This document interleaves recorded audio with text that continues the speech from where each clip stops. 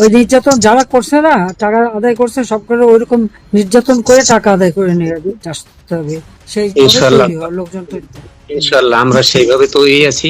আমরা, আপনি যেদিন ঢাকায় পা রাখবেন, আমরা কলাপাড়া উপজেলা থেকে আমরা মহিবের নেতৃত্বে 50,000 লোক যাব, এই প্রস্তুতি আমাদের চলছে ইনশাল্লাহ। আল্লাহর কাছে ফাঁসত্ব নামাজ পড়ে দোয়া করি আপনি যেন আবার এই দেশের নেত্রী প্রধানমন্ত্রী হয়ে আমাদের এই অন্যায়ের বিচার যেন আমরা সুস্থভাবে পাই, সে আশা করি নেত্রী।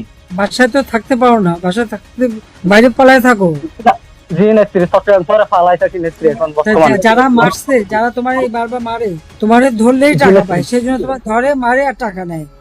যারা টাকা নিয়েছে, জি নেত্রী। তো ওদের নাম ঠিকানা আছে? নাম ঠিকানা মানে আছে, হ্যাঁ আছে নেত্রী।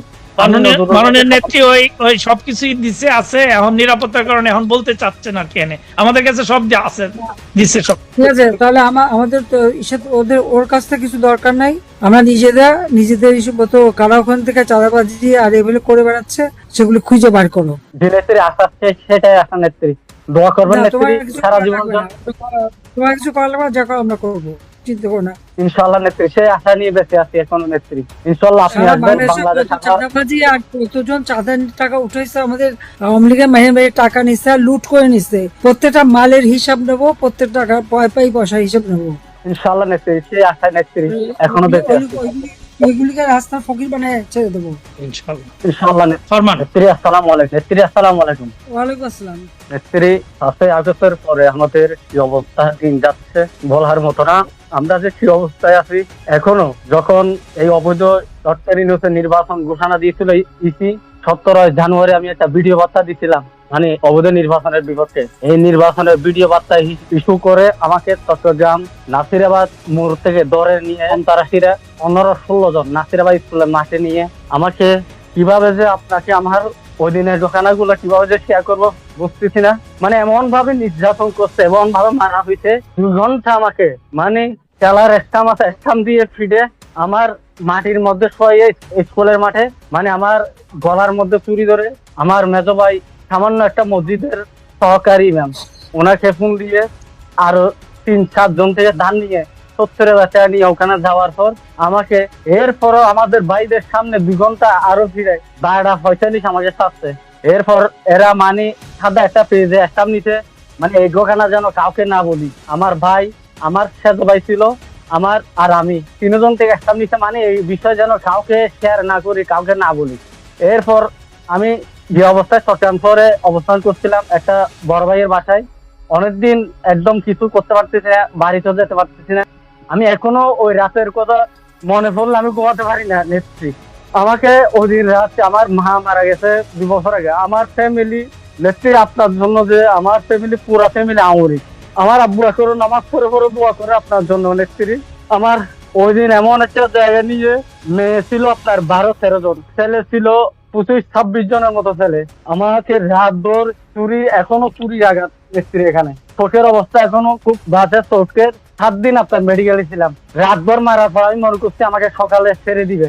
সকাল যখন 8টা বেজেছে, এরপর আপনার ভীষণ ভাবে আমাকে মারার পর আমি মায়ের আর সহ্য করতে না পারে আমার বড় ভাই, বাঁশখালী পৌরসভা শ্রমিক লীগের সাধারণ সম্পাদক, আমার রাজনীতির অভিভাবক, যার হাত ধরে আমি রাজনীতি এসেছি, আল্লাহর কাছে ফাঁসত্ব নামাজ পড়ে দোয়া করি আপনি যেন আবার এই দেশের নেত্রী প্রধানমন্ত্রী হয়ে আমাদের এই অন্যায়ের বিচার যেন আমরা সুস্থভাবে পাই, সে আশা করি নেত্রী। বাসায় তো থাকতে পারো না, বাসায় থাকতে বাইরে পালায় থাকো। জি নেত্রী, চট্টগ্রাম শহরে ফালাই থাকি নেত্রী এখন বর্তমানে। যারা মারছে, যারা তোমার এই বারবার মারে, তোমার ধরলেই টাকা পায়, সেই জন্য তোমার ধরে মারে আর টাকা নেয়। যারা টাকা নিয়েছে, জি নেত্রী। তো ওদের নাম ঠিকানা আছে? নাম ঠিকানা মানে আছে, হ্যাঁ আছে নেত্রী। মাননীয় নেত্রী ওই ওই সবকিছুই দিছে আছে, এখন নিরাপত্তার কারণে এখন বলতে চাচ্ছে না কেন, আমাদের কাছে সব যে আছে দিছে সব। ঠিক আছে, তাহলে আমাদের তো ওর কাছ থেকে কিছু দরকার নাই। আমরা নিজেদের ইস্যু তো কারা ওখান থেকে চাঁদাবাজি আর এগুলো করে বেড়াচ্ছে, সেগুলো খুঁজে বার করো। যে নেত্রী আশা সেটাই আশা নেত্রী। দোয়া করবেন না, তোমার নেত্রী কিছু সারা করা জীবন। লাগবে না। তোমার কিছু করা লাগবে না, যা করো আমরা করবো, চিন্তা করো না। ইনশাআল্লাহ নেত্রী, সেই আশা নিয়ে বেঁচে আছি এখনো নেত্রী। ইনশাআল্লাহ আপনি সারা আসবেন বাংলাদেশে বাংলাদেশ। কত চাঁদাবাজি আর কতজন চাঁদার টাকা উঠাইছে, আমাদের আওয়ামী লীগের মাহির টাকা নিচ্ছে আর লুট করে নিচ্ছে। প্রত্যেকটা মালের হিসাব নেবো, প্রত্যেক টাকা পয়সার হিসাব নেবো। ইনশাআল্লাহ নেত্রী, সেই আশায় নেত্রী এখনো বেঁচে আছি। ওইগুলিকে রাস্তার ফকির বানায় ছেড়ে দেবো। ইনশাআল্লাহ নেত্রী, নেত্রী দোয়া করবেন আমার ফ্যামিলি, আমার আব্বুর জন্য দোয়া করবেন, আমার ভাইদের জন্য দোয়া করবেন। আমরা খুব ভয়াবহ আর বাড়িতে ফ্যামিলি। বলবো না, আর তুমি একটু সাবধানে থাকা, আর ওই বারবার ধরা পড়ো না, আর বাড়িতে টাকা খরচ করো না। যে আমার বড় ভাই আপনার সাথে কথা বলার জন্য আসতে চাইছিল, একটু দেরি হতো। উনিও অনেক দূর, উনি আজকে 5 তারিখ পরে মামলা, আপনার সাথে মামলা, 5টা মামলা নেত্রী বর্তমানে। মামলার তো শেষ নাই, ওর যে মামলা দিচ্ছে ওই যে সব যাবো তো, যাই সবাই একসাথে কোর্টে হাজির হবো। বেশ ইনশাআল্লাহ নেত্রী, ইনশাআল্লাহ আচ্ছা, নেত্রী। ঠিক আছে বলো। নেত্রী, অসংখ্য ধন্যবাদ আপনাকে। আপনার সাথে কথা বলে আমি রাজনৈতিকভাবে আজকে নিজেকে ধন্য মনে করতেছি। জয় বাংলা, ঠিক জয় আছে। বঙ্গবন্ধু নেত্রী। সালাম আলাইকুম। আসসালামু আলাইকুম। ওয়ালাইকুম আসসালাম। কেমন আছো? আপা, আমি বঙ্গবন্ধুর প্রতি, আদর্শের প্রতি, আপনার নেতৃত্বের প্রতি অনুগত হয়ে শুরু করছি। আমি 22 তারিখ আমার এলাকায় একটু গেছিলাম। আবার 23 তারিখ তো ছিল আমাদের ঠিকই আমাদের ইউনিয়ন, গ্রামগঞ্জ, ভাবিনি যে ওরা এত বড় হামলা আমাকে করবে। লোকজনের সাথে কথা বলতেছি, ওই কথা বলা অবস্থায় একটা লোকের সাথে আমি হ্যান্ডশাপ করে কথা বলতেছি, ওই অবস্থায় আসিয়া চতুর্দিক থেকে পিটান শুরু করছে। আপা দৌড় দিচ্ছি, মাথা পথে একটা বাড়ি দিচ্ছে, এইখানে এই মাথাটা ফেটে গেছে এবং আমি ওখানে সেন্সলেস হয়ে পড়ি। তারপরে আমার পিঠে বাম পা ভেঙে দেয়। 5 তারিখে যখন আমরা টিভির পর্দায় দেখতেছি সেনাবাহিনী প্রধান ভাষণ দেবে, ওই অবস্থায় আপা আমার একটা তৈলের মিল ছিল, ওই তৈলের মিলে আইসা হামলা করে এবং আমি পিছনে থাকতাম বাচ্চা কাচ্চা নিয়ে। তৈলের মিলে হামলা করে ভাঙচুর করে ওরা বের হয়ে যায়।